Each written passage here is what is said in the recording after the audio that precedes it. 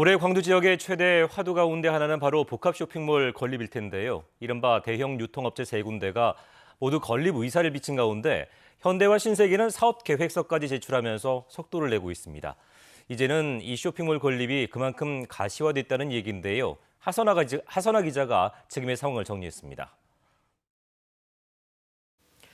복합 쇼핑몰, 백화점 크기 10배의 공간에 다양한 소매업체를 한 곳에 모아놓은 대형 상업시설로 쇼핑과 외식, 문화예술을 함께 즐길 수가 있습니다.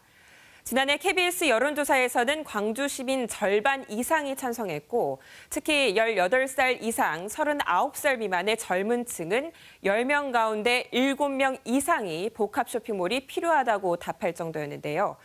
윤석열 대통령이 대선 공약으로 내건 이후 정부의 대표 과제가 되면서 대기업들의 러브콜이 잇따르고 있습니다. 가장 먼저 유치 의사를 밝힌 건 현대입니다.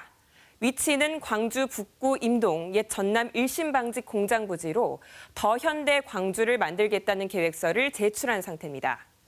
개장과 함께 큰 관심을 받고 있는 더 현대 서울보다도 1.5배나 큰 규모의 친환경과 최첨단 기술 등 5가지 테마를 갖춘 문화 복합몰을 내세우고 있는데요.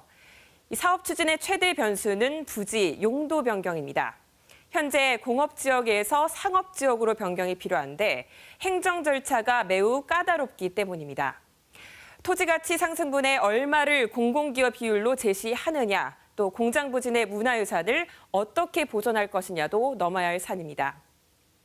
또 하나의 복합 쇼핑몰 건립이 추진되는 곳이 바로 어등산 관광단지인데요. 최근 신세계가 그랜드 스타필드 광주를 건립한다는 계획을 냈습니다. 사업 부지만 41만여 제곱미터에 달하고 창고형 할인 매장인 트레이더스는 물론 휴양과 레저 시설까지 갖춘 이른바 체류형 복합 공간을 만들겠다는 겁니다. 신세계가 일단 포문을 열긴 했지만 곧바로 사업이 추진되는 건 아닙니다.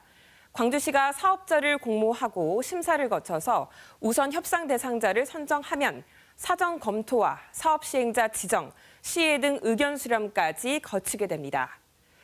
이곳의 경우 상가 면적 비율이 관건인데요.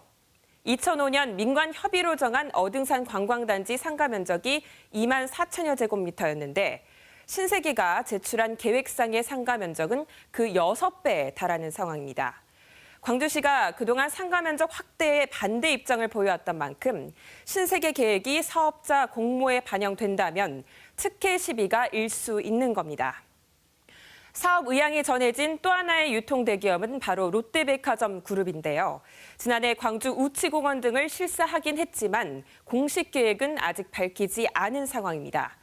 대기업들이 복합 쇼핑몰 유치에 뛰어든 건 광주와 전남을 비롯해 전북 등 인근 지역의 소비층까지 끌어들이겠다는 판단 때문일 텐데요.